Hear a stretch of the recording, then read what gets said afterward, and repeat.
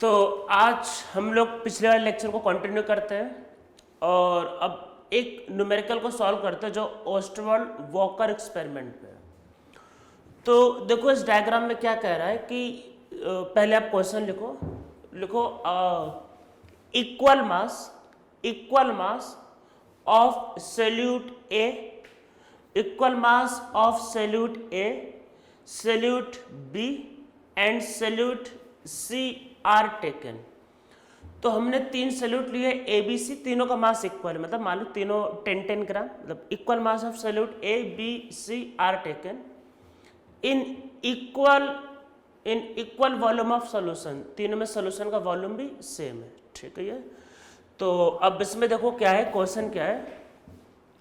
हम लोग dry air को जब फर्स्ट वाले सोल्यूशन से पास करते हैं, ध्यान रखना है कि सॉल्यूट का अमाउंट मतलब सॉल्वेंट का अमाउंट वो सेम है। सॉल्यूट का ध्यान रखना है कि आपको मास सेम बोला है, मोल सेम नहीं बोला, सॉल्यूट का मास सेम बोला है, ठीक है। ड्राई एयर को जब पहले वाले सोल्यूशन से पास करते हैं तो हमने देखा कि सोल्यूशन का मास 2 ग्राम मतलब 2 ग्राम से कम हो जा रहा है। क्यों कम होता है? क्योंकि पता होता है dry air water vapour absorb करता है।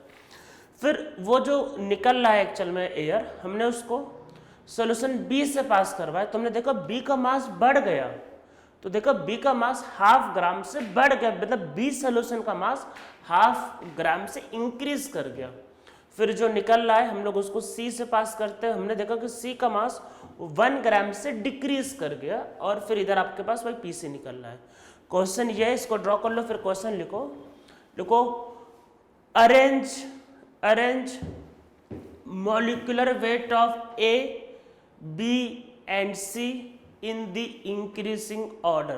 तो A, B और C के जो मॉलिकुलर वेट है उनको इंक्रीजिंग ऑर्डर में अरेंज करना है। अरेंज वही molecular weight of solute A, B, C in increasing order. तो ये आपको अरेंज करना है। इसको मैं सॉल्व कर इसके पहले थोड़ा सा आप लोग वीडियो को पॉज करके एक बार खुद से ट्राई कर लो, खुद से सोचो कि किसका मॉलिकुलर वेट ज़्यादा है, किसका मॉलिकुलर वेट कम है, ठीक है। अब देखो सबसे पहले ये ध्यान रखना है कि जहां पे सैल्यूट के मोल ज्यादा होंगे, मतलब मोल ध्यान रखना, मोल जहां पे सैल्यूट के मोल ज्यादा होंगे वहां पे वेपर प्रेशर उतना ही कम होगा, ठीक है। ये चीज ध्यान रखना कि मैं रिपीट करता हूं क्या है, जब सैल्यूट का मोल ज्यादा होगा तो वेपर प्रेशर उतना ही कम होगा, ठीक है। तो देखो यहाँ पे क्या है, यहाँ पे मास का गेन हो रहा है, समझो यहाँ पे मास का गेन हो रहा है। इसका मतलब कि जो वेपर निकल रहा है, मतलब जो वेपर आ रहा है उसमें वाटर वेपर ज़्यादा है और जो निकल रहा है वो वाटर वेपर कम है। अरे जो आ रहा है उसमें वाटर वेपर ज़्यादा है, उसमें वाटर वेपर कम है। इसका मतलब ये हुआ कि यहाँ पे मतलब एयर ने अपने वाटर वेपर को लॉस किया। मतलब वाटर वेपर को तभी लॉस करता है जब सोल्यूशन का वेपर प्रेशर क्या हो, कम। और सोल्यूशन का वेपर प्रेशर कब कम हो सकता है, सोल्यूशन का वेपर प्रेशर कब कम होगा, जब मोल ऑफ सॉल्यूट क्या होगा, ज़्यादा। तो इसका देखो आप ऐसे समझो, देखो जब ये आप एक एग्जांपल को समझो, जब यहाँ से आया तो ये 2 ग्राम ऐसे लिख लेते हैं, ये 2 ग्राम है, मान लेते हैं 2 ग्राम है। तो जब ये बाहर निकल रहा है तो ये 1.5 ग्राम है, ठीक है ये। और जब ये बाहर निकल रहा है तो देखो 1 ग्राम का लॉस हो, तो 1.5 ग्राम ऑलरेडी ये ध्यान रखना, तो 2.5 ग्राम है, ठीक है। तो जब यहाँ से बाहर निकल रहा है तो 2 ग्राम मान लेते हैं वाटर वेपर है, यहाँ से बाहर निकल रहा है तो 1.5 ग्राम है वाटर वेपर, और जब यहाँ से निकल रहा है तो 2.5 ग्राम है। तो देखो यहाँ पर 2.5 ग्राम में ध्यान रखना है। अगर ये 2.5 ग्राम वाटर वेपर है मान लेते हैं, तो वाटर वेपर ज़्यादा है, इसका मतलब कि इसमें क्या है, वाटर वेपर जब ज़्यादा है 2.5 ग्राम है, इसका यह मतलब हुआ कि जो सॉल्यूट होगा उसका मोल कम है। इसका मतलब ये है, देखो वाटर वेपर ज़्यादा है तो सॉल्यूट के मोल कम है, वाटर वेपर कम है मतलब सॉल्यूट के मोल ज़्यादा है। अब समझो मास तीनों में सेम दिया है, तो अगर यहाँ पे मान लेते हैं वाटर वेपर कम है तो इसका मतलब यहाँ पे क्या है कि मतलब मोल ज्यादा है सॉल्यूट की, यही इसका मतलब है। देखो मोल जब ज्यादा होगा सॉल्यूट का तो वेपर प्रेशर कम होगा, तो भाई वेपर कम होगा। यहाँ पे आपके पास देखो क्या, यहाँ पे क्या है कि ज्यादा है वाटर वेपर, मतलब यहाँ पे वाटर वेपर क्या है, ज्यादा। अगर वाटर वेपर ज्यादा है इसका मतलब यहाँ पे क्या है कि लेस मोल। तो इसमें क्या है, देखो इसमें क्या होगा लास्ट वाले में, तो लास्ट वाले में क्या होगा कि लास्ट वाले में जो मोल होंगे वो लेस होंगे। अरे लेस मोल होगा सॉल्यूट का तभी तो वाटर वेपर ज्यादा निकलेगा। आप समझो मास सेम है, अगर मोल लेस है इसका मतलब कि मॉलिक्यूलर वेट ज्यादा होगा। अरे मोल तो पता ही होगा ना क्या होता है, मोल होता है मास बाय मॉलिक्यूलर वेट, ठीक है। मोल तो पता होगा क्या होगा, मोल होता है मास अपॉन मॉलिक्यूलर वेट। तो जहां पे लेस मोल है इसका मतलब देखो मास तो सब में सेम था, मोल लेस तभी हो सकता है जब मॉलिक्यूलर वेट ज्यादा होगा। इसका मतलब कि मॉलिक्यूलर वेट सी का सबसे ज्यादा होगा और इसमें सबसे ज्यादा मोल है, मतलब खुद समझो लॉस क्या हो रहा है यहाँ पे, मतलब जब वेपर निकल रहा है वाटर वेपर कम है, तो वाटर वेपर कम है इसका मतलब कि सॉल्यूट के मोल ज्यादा है। सॉल्यूट के मोल ज्यादा होने का मतलब कि सॉल्यूट का मॉलिक्यूलर वेट कम होगा। अरे सॉल्यूट का मॉलिक्यूलर वेट कम होगा तभी तो उसके मोल ज्यादा होंगे, मतलब कि तो सबसे कम किसका होगा मॉलिक्यूलर वेट, बी का, और बीचों में होगा ए का, ठीक है। इस क्वेश्चन को आप लोग एक बार सोचना, समझ में आएगा ये। तो ये ध्यान रखना है कि जहां पे मोल ज्यादा होगा तो वहां पे क्या होगा, मॉलिक्यूलर वेट कम होगा, इस बात को ध्यान रखना है।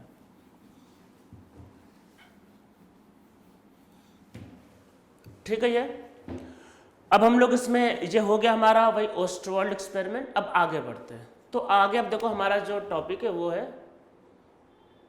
पहले हम लोग एक ग्राफ करेंगे, एक टर्म समझेंगे ट्रिपल पॉइंट। पहले ट्रिपल पॉइंट समझेंगे, एक इंटरेस्टिंग टर्म, उसके बाद फिर बॉइलिंग पॉइंट और फ्रीजिंग पॉइंट को मैं इसी के एक ही साथ, मतलब दोनों साथ ही साथ मैं निपटा दूंगा, ठीक है। तो पहले ट्रिपल पॉइंट समझते क्या है। तो देखो सबसे पहले क्या है, पहले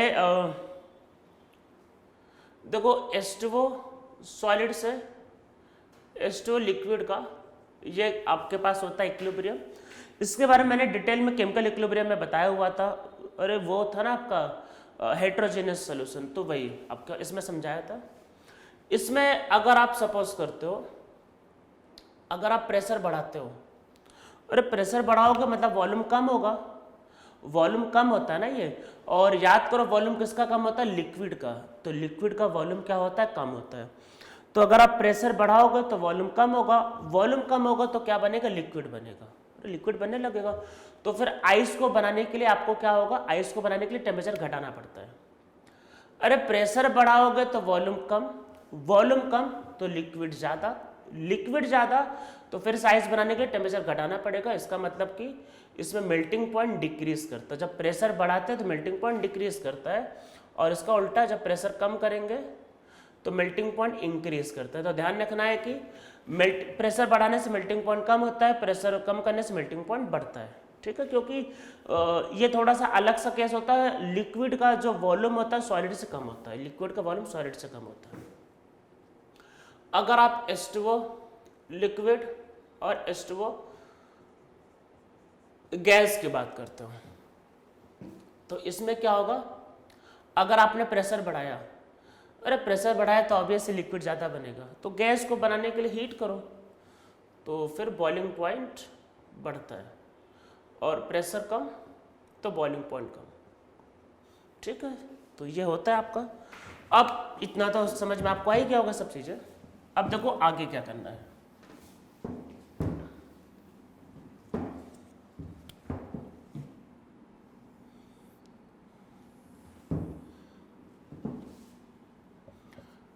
P वर्सेस T का प्रेशर वर्सेस टेम्परेचर का एक कर्व हम लोग प्लॉट करेंगे।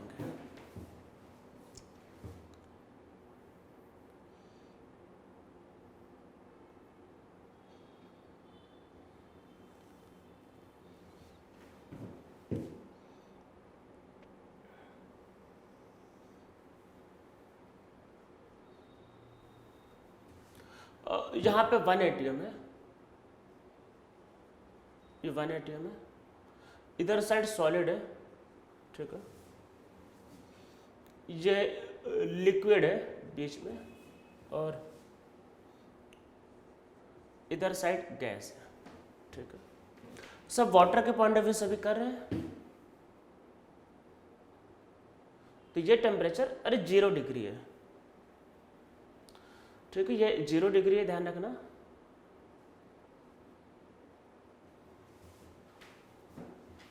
अरे ये केल्विन में रहता है टेम्परेचर, पता हो तो 270 थी, केल्विन भी लिख लो आपको मन करे तो।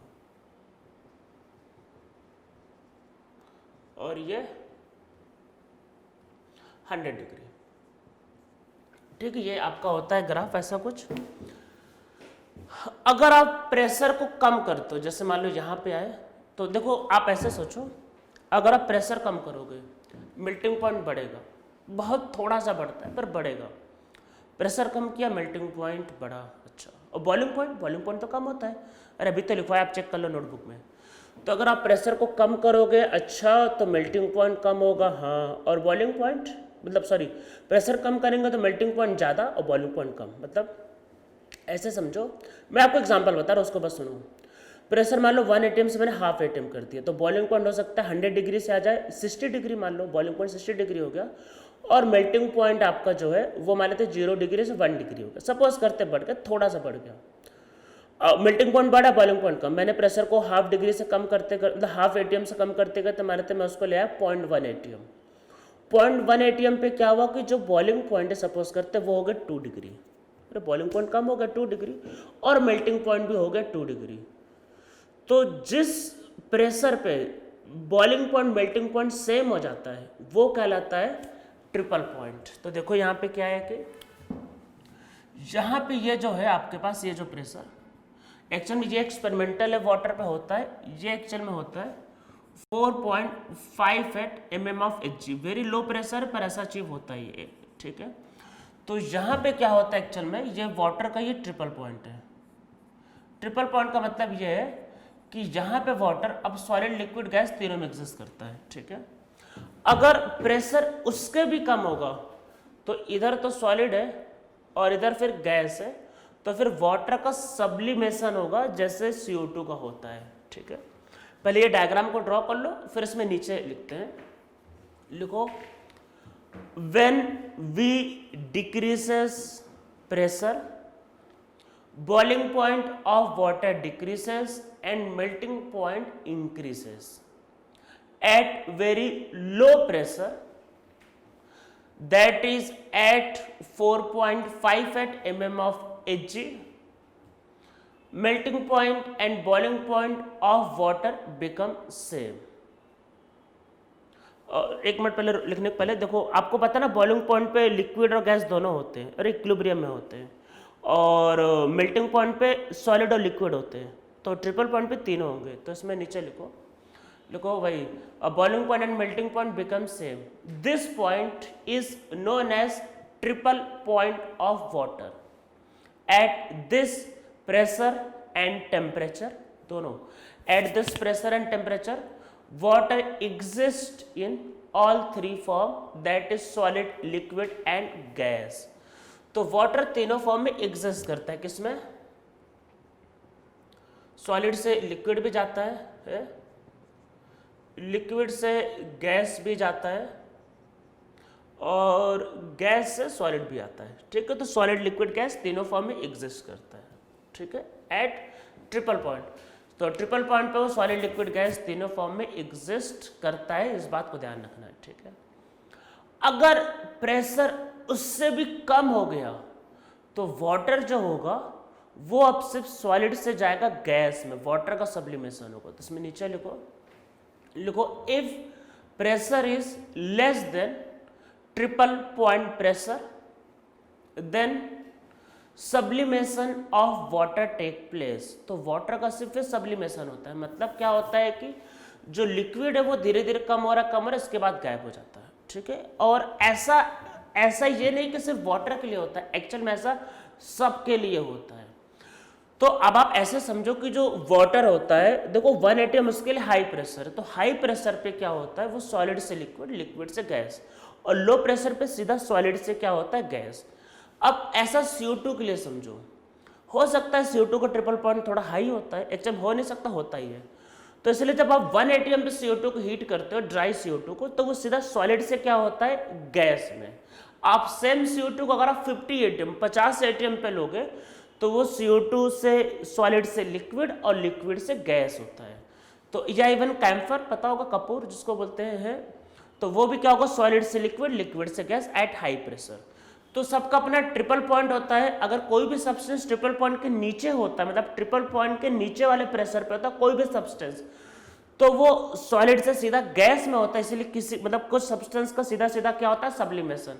पर अगर वो सब्सटेंस अपने ट्रिपल पॉइंट के ऊपर वाले प्रेशर पे है तो सॉलिड से लिक्विड, लिक्विड से गैस होता है।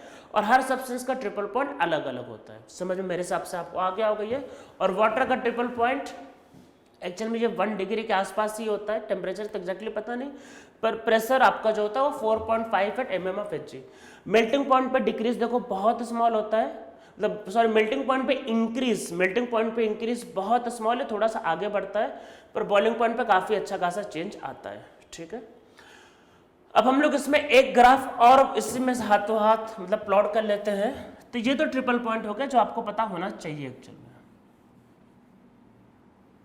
ठीक है, इसमें एक ग्राफ और प्लॉट करते हैं। ये जो है ये वाटर के लिए है और ये सॉल्वेंट के लिए, मतलब ये H2O के लिए है। ठीक है, एक मैं ग्राफ और प्लॉट करता हूं। ये जो मैंने ब्लू से प्लॉट किया, ये जो ब्लू वाला जो प्लॉट किया एक्चुअल में ये सॉल्यूशन के लिए है।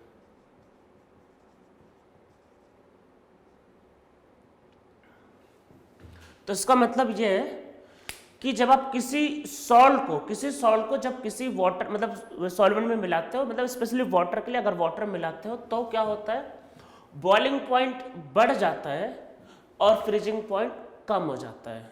तो इसीलिए हमारा जो सेकंड टॉपिक वो क्या, elevation in boiling point and depression in freezing point. तो हम जब किसी सॉल्ट को मिलाते हैं एक्चुअल में मतलब वाटर में, तो क्या होता है, बॉइलिंग पॉइंट बढ़ जाता है और फ्रीजिंग पॉइंट कम हो जाता है। ठीक है, तो देखो ये आप समझो, ये जो है ऐसे देखो ग्राफ के हिसाब से, ये क्या है, मतलब आपके पास ये है आपको फ्रीजिंग पॉइंट, मतलब एफपी फ्रीजिंग पॉइंट किसका है, वाटर का। ठीक है, और ये आपके पास क्या है, फ्रीजिंग पॉइंट सॉल्यूशन का।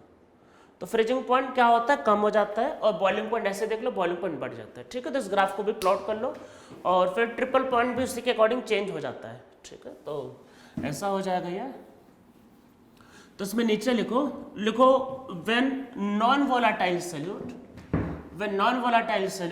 is added in water, freezing point of water, that is solution, decreases and boiling point of water, that is solution, increases। तो boiling point जो होता है वो बढ़ने लगता है और फ्रीजिंग पॉइंट जो है वो डिक्रीज करने लगता है। ठीक है, वो तो फ्रीजिंग पॉइंट डिक्रीज करेगा, बॉइलिंग पॉइंट आपका इंक्रीज करेगा। ठीक है, यहाँ तक आपका हो गया ये। अब हम लोग इसके आगे बढ़ते कि इसके आगे क्या हो सकता है। तो वही तो टॉपिक है आपका, elevation in boiling point and depression in freezing point. तो पहला हेडिंग लिखो, फर्स्ट लिखो एलिवेशन, मतलब वही अगला हेडिंग लिखो सेकंड वाला, एक्चुअल में कोलिगेटिव प्रॉपर्टी सेकंड लिखो एलिवेशन इन बॉइलिंग पॉइंट। तो हेडिंग लिखो एलिवेशन इन बॉइलिंग पॉइंट। तो जब कोई नॉन वोलेटाइल सॉल्यूट को डिसॉल्व करते हैं तो बॉइलिंग पॉइंट बढ़ने लगता है। इसका लॉजिक, अरे लॉजिक वही है, आप खुद सोचो। अच्छा, वेपर प्रेशर के बारे में, अगर नॉन वोलेटाइल सॉल्यूट डिसॉल्व करेंगे तो वेपर प्रेशर डिक्रीज करेगा। वेपर प्रेशर अगर डिक्रीज करेगा तो क्या पहले स्टार्टिंग बताया था, तो ज्यादा हीट करना पड़ेगा बॉइलिंग कर। अरे बॉइलिंग पॉइंट क्या होता है, बॉइलिंग पॉइंट होता है temperature at which vapour pressure of liquid becomes equal to the atmospheric pressure. तो एटमॉस्फेरिक प्रेशर तो फिक्स है, सॉल्यूट को मिला दिया तो वेपर प्रेशर कम तो हीट ज्यादा करना पड़ेगा। तो इसमें नीचे लिखो, इसमें तो लिखो when solute is dissolve vapour pressure decreases so boiling point increases. ठीक है, इसमें एक फॉर्मूला लिख लेते हैं, ऐसे लिख लो, ज्यादा काम का है नहीं। देखो पहले एक फॉर्मूला लिखते हैं, उसके पहले तो क्या होता है, H2O लिक्विड से H2O गैस में, इसका जो Kp होता है तो PH2O गैस। ठीक है, तो Kp जो होता है प्रेशर ऑफ H2O गैस। ठीक है, Kp होता है प्रेशर ऑफ H2O गैस होता है ये। केमिकल इक्विलिब्रियम याद करो, केमिकल इक्विलिब्रियम में क्या था, लॉग K2/K1, अरे यही था ना डेल्टा H/R, लॉग के बल्कि वो ln था एक्चुअल में, तो लॉग के टर्म में 2.303 होगा और R 1/T1 माइनस 1/T2, ठीक है, ये होता है। इसको आप चाहो तो यहाँ से रिप्लेस कर दो, तो ये वाटर वेपर के लिए क्या होगा P2/P1 ये होगा, ठीक है। ये डेल्टा H वेपराइजेशन, अरे हीट कर रहे हैं, डेल्टा H वेपराइजेशन हो गई है, और 2.303 into R 1/T1 minus 1/T2, ठीक है, ये आपके पास होगा।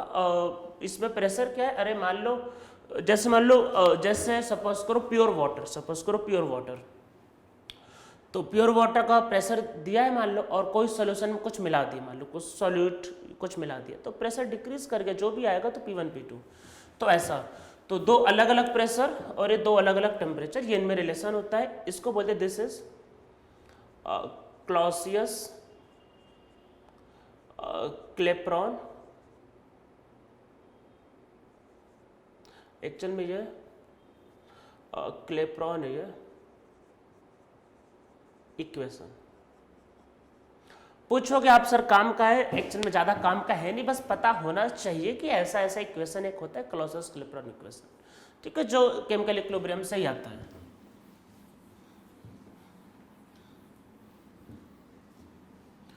ठीक है, तो हम लोग अब इसमें लिखते देखते क्या होता है ये। तो देखो ऐसा होता है कि ये जो भी बॉइलिंग पॉइंट का जो एलिवेशन है, मतलब हेडिंग तो वही लिखा ना, boiling elevation and boiling point, तो जो भी बॉइलिंग पॉइंट का एलिवेशन है वो एक्चुअल में डिपेंड करता है कि कितना सैल्यूट मिलाया है। ज़्यादा सैल्यूट मिलाओगे तो फिर क्या होगा कि बॉइलिंग पॉइंट ज़्यादा बढ़ने लगता है। तो एक्चुअल में हमने क्या देखा कि जो बॉइलिंग पॉइंट का जो एलिवेशन है वो मोलैलिटी पे डिपेंड करता है, ठीक है, मोलैलिटी ही लेते हैं यहाँ पे, क्योंकि मोलैलिटी वो कंसंट्रेशन टर्म है जो टेम्परेचर पे डिपेंड नहीं करता। तो हमने देखा मोलैलिटी पे डिपेंड करता है, तो इसको लिखते हैं delta TB equal to KB into M। इसमें है क्या क्या क्या, डेल्टा TB का मतलब क्या है, यह है आपका, यह है boiling point of solution minus boiling point of pure solvent. अरे मान लो पानी का वाटर का 100 डिग्री है, नमक मिला दिया तो 102 डिग्री हो गया, तो डिफरेंस वो डेल्टा TB। तो डेल्टा TB जो डिफरेंस होगा किस बात पर डिपेंड करेगा, मोलैलिटी पे, ठीक है। तो ये आपका होता है डेल्टा TB की वैल्यू। इसमें KB क्या है, अगर आप मोलैलिटी 1 लो, अगर सॉल्यूशन की मोलैलिटी 1 लो तो KB डेल्टा TB के इक्वल होगा। तो KB क्या होता है, KB इज आपके पास मोलल, अरे मोलैलिटी 1 लो तो वो, तो ये क्या होता है molal elevation in boiling point constant.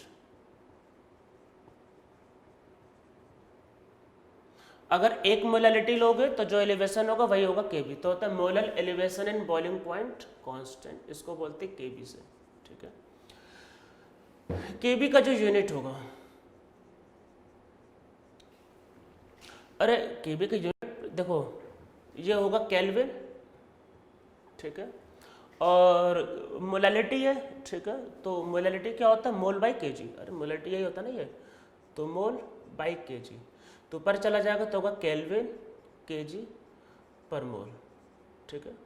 Unit की बात करूँ मैं केल्विन, अरे ये होगा मोल पर KG ऊपर जाएगा ये नीचे, तो ये इसका यूनिट। हाँ, इसको एक टर्म और बोलते हैं, इसका स्पेलिंग आप चाहो तो अपने बुकलेट से एक बार देख लेना। इसको वैसे बोलते हैं, इसको एक नाम और होता है, इसको बोलते हैं इबिलियो स्कोपिक कांस्टेंट। अरे ये इसका नाम है, मतलब कुछ ऐसा नहीं है।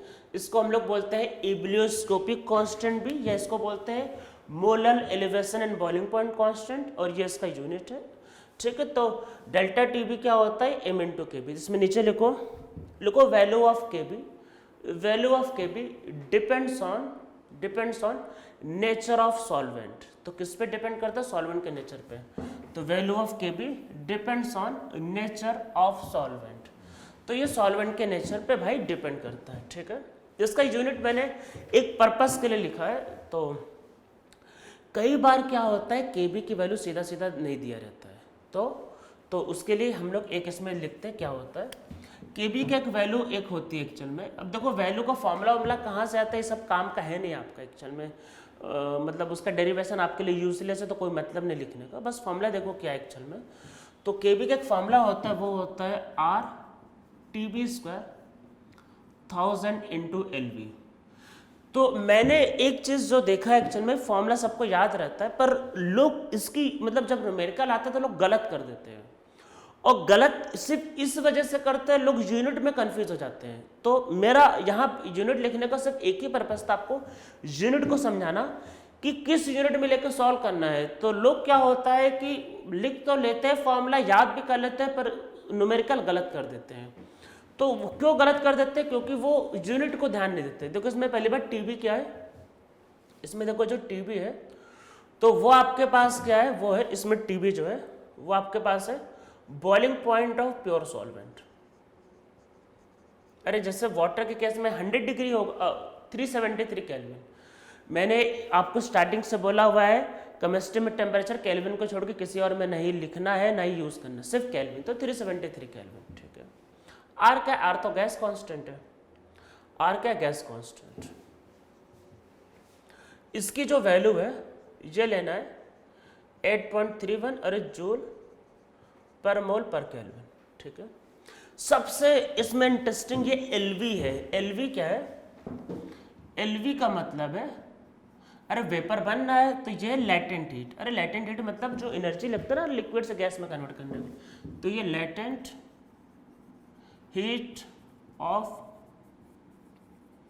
वेपराइजेशन, ठीक है। तो आप बोलोगे सर इसमें यूनिट का कहाँ क्या दिक्कत है? यूनिट का दिक्कत है इसमें, इसको जूल पर ग्राम लेना है, जूल पर ग्राम, जूल पर ग्राम लेना है, अदरवाइज पूरा गलत हो जाएगा। 1000 इसी के चक्कर, मतलब कि जैसे मान लो अगर एक क्वेश्चन में बोला है कि latent heat of water is, मान लेते बोला 500 जूल पर मोल, तो 500 जूल पर मोल वो 1 मोल की वैल्यू है, और हमको 1 ग्राम का लोके करना है, तो उसको 500/18 करना, नहीं बोलना है। तो होता क्या है, मोल के टर्म में दिया होता है, लोग मोल के टर्म में सॉल्व कर देते हैं। भाई यूनिट सेटिस्फाई नहीं होगा, मैं भी दिखा देता हूँ। तो इसलिए ध्यान रखना, इसको जूल पर ग्राम लेके करना है, ये बात को ध्यान रखना। हाँ, अगर आपने आर की वैल्यू कैलोरी में ले ली तो आप इसको भी कैलोरी में ले सकते हो, तो लेकिन बेटर है कि आप आर को भी जूल में लो, इसको भी जूल में लो, जूल पर ग्राम। कैसे क्या है यूनिट मैं समझाता हूँ। अगर पर ग्राम नहीं लोगे तो गलत हो जाएगा। ये 1000 एक्चुअल में उसी चक्कर में मल्टीप्लाई ही किया हुआ है, मैं सिर्फ यूनिट समझा रहा था, ध्यान रखना यूनिट, मैं कोई फॉर्मूला का डेरिवेशन में यूनिट समझा रहा हूँ। तो देखो क्या होगा, केबी आर का यूनिट जूल पर मोल केल्विन ऐसा होता है। तो देखो टीबी क्या होगा, टीबी जो होगा वो केल्विन, अरे यूनिट की बात करते हैं केल्विन स्क्वायर, ठीक है। ये क्या होगा, जूल, ठीक है, पर ग्राम, अरे एलवी को लो जूल पर ग्राम। तो अच्छा 1000 देखो यही है ना ये, अरे इससे मल्टीप्लाई होता है, तो मैंने इसको नीचे भेज दिया, ठीक। अरे 1000 जो है भाई इसको मैंने नीचे भेज दिया है, तो अब ग्राम पर मतलब ग्राम बाय 1000 नीचे भेजा तो ग्राम बाय 1000, तो ये हो जाएगा केजी। वो 1000 जो है वो उसी चक्कर में लिखा ही गया है, किसके चक्कर में, कि वो ग्राम और केजी के कन्वर्जन के लिए। तो आपको याद क्या रखना, आपको याद रखना 1000, अरे R T B square by 1000 into L V, R T B square 1000 into L V. L V की वैल्यू जूल पर ग्राम में लेना है, बस ध्यान रखना ग्राम में लेना है, खत्म, ठीक है। जूल पर ग्राम में लेना है, 1000 वो उसी चक्कर में है, वही ग्राम और केजी। तो मैं वही दिखा रहा, 1000 को डिवाइड किया तो ग्राम की जगह केजी। अब देखो यूनिट देखो, जूल से जूल कट जाएगा, 1 केल्विन से 1 केल्विन कट जाएगा, ये केजी ऊपर चला जाएगा, तो देखो क्या होगा, केजी इंटू केल्विन अपॉन पर मोल। अरे यही बचा वो जो लिखा हुआ है। तो याद रखना कि इसमें जो एलवी का वैल्यू है वो जूल पर ग्राम है, बहुत ज़्यादा ध्यान देना, लोग इसी में ही गलत कर देते हैं। और नीट वाले या जेईई मेन वाले स्पेशली पर मोल देते हैं, वो जैसे देंगे latent heat of vaporization is 500 kilo joule per mole, तो लोग बस पर मोल करके रख देते हैं और के की वैल्यू गलत निकलती है। आंसर गलत निकालोगे, एक ऑप्शन 100% मैच करेगा, आपको लगेगा +4 मिल रहा है, मिलेगा -1। तो यूनिट का ध्यान रखना कि एलवी जो है वो जूल पर ग्राम में ही लेना है, इस बात को ध्यान रखना है। Kb की वैल्यू सीधा सीधा दिया भी जा सकता है, सीधा सीधा नहीं भी दिया जा सकता है, नहीं दिया हुआ है तो इस तरीके से आपको सॉल्व करना होगा। Tb नॉर्मली पता होगा, बस Lv की वैल्यू दिया रहेगा। अरे R पता होता है, वाटर का वेपराइजेशन का मतलब बॉइलिंग पॉइंट का भी पता होता है, बस Lv मिल जाए हो गया, Kb आ जाएगा वो। ठीक है, तो ये आपके पास होता है, बस इतना ही है। पहले मैं दोनों को फॉर्मूला लिखवा देता हूँ। ये बॉइलिंग पॉइंट हो गया, पहले फ्रीजिंग पॉइंट का फॉर्मूला लिख लेते हैं, फिर इस पर कुछ चीज़ों को और समझेंगे। तो देखो क्या है,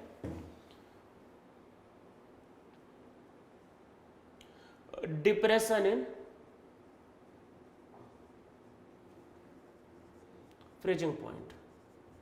ठीक है, देखो जब आप मान लो पानी में जब नमक को मिलाते हो और अब जब आप हीट करते हो तो पता है नमक बचा रह जाता है और वाटर उड़ के जाता है, तो वेपराइज क्या होता है, वाटर। और वैसे ही अगर आप वाटर में क्या है कि अगर आप मान लो मतलब सॉल्ट मिला दो और उसको फ्रीज करो, ठंडा करो, तो होता क्या है, जो आइस है वो फ्रीज हो जाएगा। अरे क्योंकि मतलब आइस में वही वाटर मॉलिक्यूल में हाइड्रोजन बॉन्डिंग होगी, आपस में फोर्सेस बनेंगे, वो फ्रीज हो जाएगा। और जो सॉल्ट है वो उसके सरफेस पे मतलब सॉल्ट फ्रीज नहीं होगा, सॉल्ट अपना अलग पड़ा रहेगा। ठीक है, तो सॉल्ट इवन उसको डिस्टर्ब करेगा, तो सॉल्ट अपना अलग पड़ा रहेगा। मतलब समझ में आ रहा है ना आपको। तो देखो होता क्या है कि और जब आप फ्रीज करोगे, सोचो जब फ्रीज करोगे तो वाटर के मॉलिक्यूल आपस में मिलना चाहते हैं और सॉल्ट क्या है उसमें दिक्कतें पैदा करेगा। मतलब फ्रीज होना चाह रहे हैं, आइस बनना चाह रहे हैं, आइस में क्या होता है मतलब मॉलिक्यूल वही क्लोज पैक हो जाएंगे, आइस बनना चाहता है, वाटर के मॉलिक्यूल उसको दिक्कतें पैदा करेंगे, इसलिए आपको ज़्यादा ठंडा करने की जरूरत पड़ेगी, तभी वो क्या होता है आराम से कंडेंस हो पाता है, तो मतलब फ्रीजिंग पॉइंट कम हो जाता है। और ये ध्यान रखना है कि सॉल्ट उसके अंदर नहीं होगा, सॉल्ट बाहर निकल जाता है। ठीक है, ये तो इसका मतलब ये हुआ कि जब नमक को मिलाएंगे तो फ्रीजिंग पॉइंट कम होगा। हाँ, तो इसमें नीचे लिखो when non volatile solute is dissolve in a solvent, freezing point of solution decreases. तो जो फ्रीजिंग पॉइंट होगा वो डिक्रीज करने लगेगा। ठीक है, तो freezing point of solution decreases, freezing point जो होगा वो आपका डिक्रीज करने लगेगा, इस बात को ध्यान रखना है। ठीक है, तब होता क्या है इसमें, डेल्टा TF क्या होगा फिर से, अरे भाई डिप्रेशन एंड फ्रीजिंग पॉइंट जो डिफरेंस होगा वो, तो ये क्या होगा मोलैलिटी ऑफ सॉल्यूशन पे डिपेंड करेगा। ठीक है, ये तो डेल्टा TF क्या होगा, ये होता है KF/M। ठीक है, इसमें है क्या क्या समझते हैं।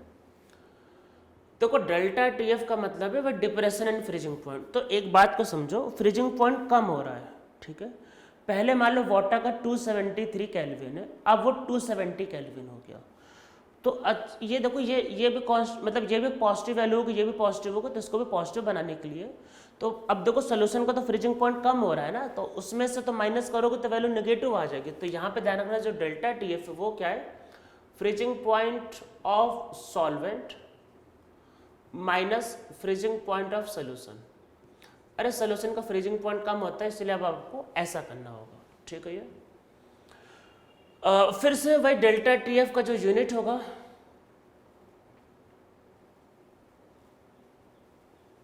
नहीं पहले ये लिख लेते डेल्टा TF है क्या, तो अगर आप मोलैलिटी 1 लोगे तो ये इसके इक्वल होगा, तो डेल्टा TF को क्या सॉरी डेल्टा TF नहीं KF। तो अगर आप मोलैलिटी 1 लोगे तो KF क्या होगा एक्चुअल में, तो वही लिखते तो KF क्या होता है ये मोलैलिटी 1 लो, अरे मोलैलिटी 1 लो तो ये इसके इक्वल आएगा ना वो, तो वही molal depression in freezing point constant, molal depression in freezing point constant. तो KF क्या होता है, KF होता है molal depression in freezing point constant. तो जो भी फ्रीजिंग पॉइंट मतलब डिप्रेस होगा उसका कांस्टेंट है। ठीक है, इसको हम लोग कई बार बोलते हैं दिस इज क्रायोस्कोपिक कांस्टेंट। अरे क्रायोस्कोपिक वर्ड सुना होगा कभी आपने, क्रायोस्कोपिक इंजन होते हैं, अरे सुना होगा ना वो जो रॉकेट जो जाते हैं उनमें क्रायोस्कोपिक इंजन होते हैं। क्रायोस्कोपिक मतलब कि कोई भी ऐसा टर्म जो लो टेम्परेचर पे वर्क करे। तो पता ही होता है कि ऊपर जाने पे टेम्परेचर काफ़ी लो हो जाता है, तो इंजन काफ़ी लो टेम्परेचर पे काम करवाना होता है, इसलिए वहाँ पे क्या होता है, क्रायोस्कोपिक इंजन का यूज़ करते हैं रॉकेट में। तो क्रायोस्कोपिक कांस्टेंट, ठीक है, ये इसका मतलब है। या फिर molar depression in freezing point constant, इसका जो यूनिट होगा, अरे वही पिछली बार की तरह, तो क्या होगा, केल्विन केजी पर मोल। तो केल्विन केजी पर मोल एक्चुअल में ये इसका क्या होगा, ठीक है, यूनिट होगा। इसमें केएफ की वैल्यू देखो, केएफ की वैल्यू होती है वही आर, पहला वाला बॉइलिंग पॉइंट है फ्रीजिंग पॉइंट, तो आर टी एफ का स्क्वायर और 1000 इंटू एल एफ मतलब लेटेंट डेट ऑफ फ्यूजन, भाई फ्यूजन सॉलिड से लिक्विड जो बनाते हैं भाई, तो इसमें क्या है, इसमें क्या है, ये डेल्टा मतलब इसको तो लिख लिया होगा, तो सेम टू सेम है सब कुछ पिछला और ये, बस इसमें क्या है, बॉइलिंग पॉइंट बढ़ता है, फ्रीजिंग पॉइंट कम होगा। तो इसमें क्या है कि इसमें ये जो टीएफ है वो क्या है, टीएफ है फ्रीजिंग पॉइंट ऑफ सॉल्वेंट। ये ध्यान रखना है कि टेम्परेचर सिर्फ केल्विन में ही लेते हैं, किसी और यूनिट में नहीं लेना है। आर की वैल्यू तो पता ही है, और इसमें फिर जो एल एफ है, एल एफ क्या है, ये है लेटेंट हीट ऑफ फ्यूजन, और ये वही याद रखना है जूल पर ग्राम, जूल पर ग्राम में लेना है, नहीं तो गलत हो जाएगा, इस बात को ध्यान रखना, ठीक है।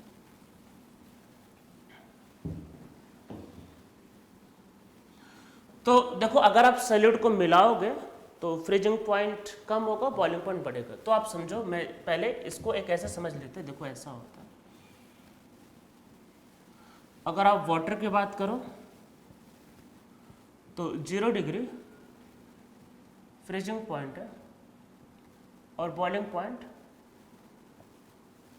100 डिग्री, ठीक है। इसका जो डिफरेंस है वो 100 डिग्री का होता है, ठीक है, ये होता है। अगर आपने इसमें सपोज करते नमक मिला दिया तो फ्रीजिंग पॉइंट कम और बॉइलिंग पॉइंट ज़्यादा, मतलब कि तो सॉल्यूशन के केस में क्या होगा, ये जो आपके पास होगा ये, तो जो डिफरेंस होगा मतलब ये जो भी डिफरेंस है इसमें, तो ये 100 डिग्री ज़्यादा होगा, मतलब जो भी डिफरेंस 100 डिग्री ज़्यादा होगा। फ्रीजिंग पॉइंट जो है ये याद रखना है कि 0 डिग्री से कम हो जाता है और बॉइलिंग पॉइंट 100 डिग्री से बढ़ जाता है, और डिफरेंस तो पता ही होगा, वही दोनों का बढ़ जाएगा, काफ़ी ज़्यादा बढ़ जाता है। तो याद रखना है कि फ्रीजिंग पॉइंट डिक्रीज करता है, बॉइलिंग पॉइंट बढ़ता है, ठीक है, ऐसा होता है। तो हम लोग इस पर कुछ न्यूमेरिकल भी करेंगे और कुछ थ्योरेटिकल क्वेश्चन। पहले कुछ थ्योरेटिकल क्वेश्चन करते हैं, इसको बहुत अच्छे से समझने के लिए, ठीक है। तो इसमें एक क्वेश्चन लिखो 1 मोल यूरिया, ये याद रखना यूरिया नहीं डिसोसिएट करेगा, 1 मोल यूरिया कॉमा, ठीक है,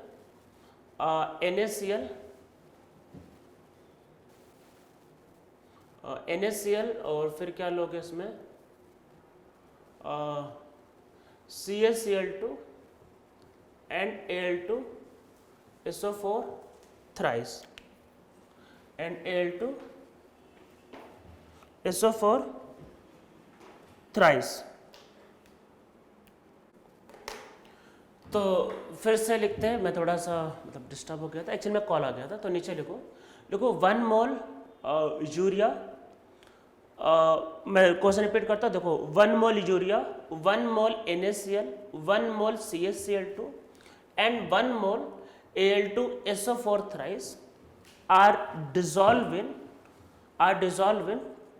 1 liter solution, means 1 litre different solution, ठीक है, अलग अलग, मतलब कि 4 सोल्यूशन है, मतलब एक सोल्यूशन में 1 मोल यूरिया मिलाया है, एक सोल्यूशन में 1 मोल NaCl बनाया है, एक सोल्यूशन में 1 मोल CaCl2 बनाया है 1 मोल में, और एक सोल्यूशन में 1 मोल Al2 SO4 थ्राइस मिला है, मतलब 4 अलग अलग सोल्यूशन में इनको मिलाया है, ठीक है। Arrange above 4 solution in increasing order of boiling point and melting point, या फिर freezing point, above 4 solution in increasing order of boiling point and freezing point, boiling point और फ्रीजिंग पॉइंट को इंक्रीजिंग ऑर्डर में arrange करना है। इसमें boiling point तो आप कर लोगे तुरंत। फ्रीजिंग पॉइंट में मैंने जो देखा है मोस्ट ऑफ द लोग कंफ्यूज हो गए, मोस्ट ऑफ द लोग क्या मतलब एक्चुअली में 20% मान के चलो कि सही करते हैं, 80% गलत कर देते हैं। क्या उसमें गलतियों को मैं वही समझाना चाह रहा हूँ अभी। तो देखो क्या है, यूरिया देखो सबसे पहले वेंट ऑफ फैक्टर, यूरिया 1 ही मोल लेगा, यूरिया नहीं टूटता, NaCl का टूट के डबल हो जाएगा, याद रखना है सबसे पहले। और वही अगर डिसोसिएशन हो गया तो सॉल्यूट के मोल बढ़ गए। भाई कोलिगेटिव प्रॉपर्टी क्या थी? कोलिगेटिव प्रॉपर्टी वो थी जो सॉल्यूट के नंबर पर डिपेंड करेगा। अगर डिसोसिएशन हो गया तो मोल बढ़ जाएंगे, और मोल बढ़ जाएंगे तो कोलिगेटिव प्रॉपर्टी जैसे बॉइलिंग पॉइंट बढ़ जाएगा, फ्रीजिंग पॉइंट कम हो जाएगा। ठीक है, तो इसका I2 होगा, अरे CaCl2 मान के चलो पूरा डिसोसिएट होगा, I3 और Al2SO4, तो इसका I5, मतलब ये 5, मतलब ये 1 मोल का 5 मोल हो जाएगा, ये 1 मोल का 1 ही मोल रहेगा, ये 1 मोल का 2 मोल हो जाएगा, ये 1 मोल का 3 मोल हो जाएगा। मतलब I की वैल्यू वही लिया 1 मोल है, पर ये 1 मोल का 1 मोल हो रहेगा, ये 1 मोल का 2 मोल हो जाएगा, ये 1 मोल का 3 मोल हो जाएगा, ये 1 मोल का 5 मोल हो जाएगा। ठीक है, बॉइलिंग पॉइंट क्या है? जितना ज़्यादा भाई सॉल्यूट उतना ज़्यादा बॉइलिंग पॉइंट। तो मतलब कि बॉइलिंग पॉइंट का अगर आप ऑर्डर लिखो तो मैं इसको सोल्यूशन लिख लेता हूँ, सोल्यूशन 1, सोल्यूशन 2, सोल्यूशन 3 और सोल्यूशन 4। तो जो बॉइलिंग पॉइंट का ऑर्डर होगा भाई, अच्छा मैं लिख देता हूँ पूरा, चलो यूरिया, उससे ज़्यादा NaCl, उससे ज़्यादा आपके पास क्या होगा CaCl2, और उससे ज़्यादा Al2SO4 थ्राइस। मतलब जितना ज़्यादा सॉल्यूट होगा उतना ज़्यादा बॉइलिंग पॉइंट हाई। ठीक है, बहुत सिंपल है। फ्रीजिंग पॉइंट में क्या है, देखो दिक्कत है, समझो पहले, देखो आप ऐसे समझो कि वाटर का फ्रीजिंग पॉइंट 0 डिग्री, समझो 0 डिग्री। ठीक है, जब ज़्यादा नमक मिलाओगे तो फ्रीजिंग पॉइंट कम होगा, फ्रीजिंग पॉइंट कम होगा। तो ऐसे एग्जाम्पल समझो, इसका फ्रीजिंग पॉइंट -2 हो गया, मान लो मिलाया और मिला दिया, तो इसका फ्रीजिंग पॉइंट सपोज करो -4 हो गया, अरे ज़्यादा होगा ना, डबल हो गया। इसका फ्रीजिंग पॉइंट -6 हो गया, अरे कोलिगेटिव प्रॉपर्टी सब नंबर पर डिपेंड करता है, नेचर से कोई मतलब नहीं। ये डबल हो रहा है, ट्रिपल हो रहा है, तो मान लेते -2 है, ये -4 हो गया, ये -6 हो गया। इसमें बहुत ज़्यादा सॉल्ट हो गया तो ये -10 हो गया, -10। तो अब फ्रीजिंग पॉइंट का इंक्रीजिंग ऑर्डर अरेंज करना है, तो सबसे कम फ्रीजिंग पॉइंट इसका है, उससे ज़्यादा इसका, उससे ज़्यादा ये, इससे ज़्यादा ये। फ्रीजिंग देखो, जब ज़्यादा सॉल्ट मिला दोगे तो फ्रीजिंग पॉइंट कम होगा, फ्रीजिंग पॉइंट डिक्रीज कर जाएगा। और फ्रीजिंग पॉइंट का अगर इंक्रीजिंग ऑर्डर अरेंज करने तो उल्टा हो जाएगा। मतलब कि देखो फ्रीजिंग पॉइंट में क्या है, फ्रीजिंग पॉइंट में ध्यान रखना उल्टा हो जाएगा। तो जब ज़्यादा सॉल्ट मिला दिया तो उसका फ्रीजिंग पॉइंट कम है, सबसे लीस्ट है, तो सबसे लीस्ट फ्रीजिंग पॉइंट इसका होगा Al2SO4 थ्राइस का। और फिर उससे ज़्यादा इसका, देखो प्योर वाटर का फ्रीजिंग पॉइंट ज़्यादा होता है, सोल्यूशन का कम होता है, ध्यान रखना। तो उल्टा सोचना होता है, लोग इसी में गलती कर देते हैं, लोग इसको ज़्यादा बोल देते हैं और इसको बोलते हैं कम। अरे ऐसा नहीं है, जब सॉल्ट मिलाए तो फ्रीजिंग पॉइंट कम होता है भाई, ध्यान रखना। डिक्रीज कर गया और बोला है कि फ्रीजिंग पॉइंट की इंक्रीजिंग ऑर्डर में अरेंज करो, तो इस सोल्यूशन का फ्रीजिंग पॉइंट ज़्यादा होगा, -2, इसका कम है, इसका कम, इसका सबसे कम है, तो NaCl और सबसे ज़्यादा यूरिया। ठीक है, इसका ऑर्डर आएगा। ठीक है, तो बस आज के लेक्चर में हम लोग इतना ही करते हैं अभी। इस पे बेस्ड न्यूमेरिकल और साथ में लास्ट कोलिगेटिव प्रॉपर्टी हम लोग नेक्स्ट लेक्चर में या फिर करेंगे, वो हमारा इस चैप्टर का लास्ट लेक्चर होगा।